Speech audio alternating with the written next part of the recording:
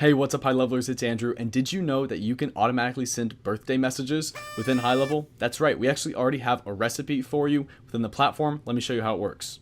If you simply navigate to the Automations tab on your sub account and go to create a new automation using a recipe, you can scroll down and find the birthday template, which is an awesome way to do birthday promotions and send messages to customers on their birthday.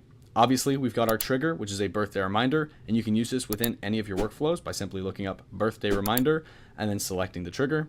And then we've got a birthday SMS within this workflow, a wait for reply, and you can also include discounts and promos in these, which is really cool. The recipe includes a 20% discount if they message back to the number, which gets more engagement from your customers, and you don't have to do a thing besides take this workflow, turn it to publish, and click save. It's that easy. It's a very nifty little workflow that every business should have implemented within their sub account.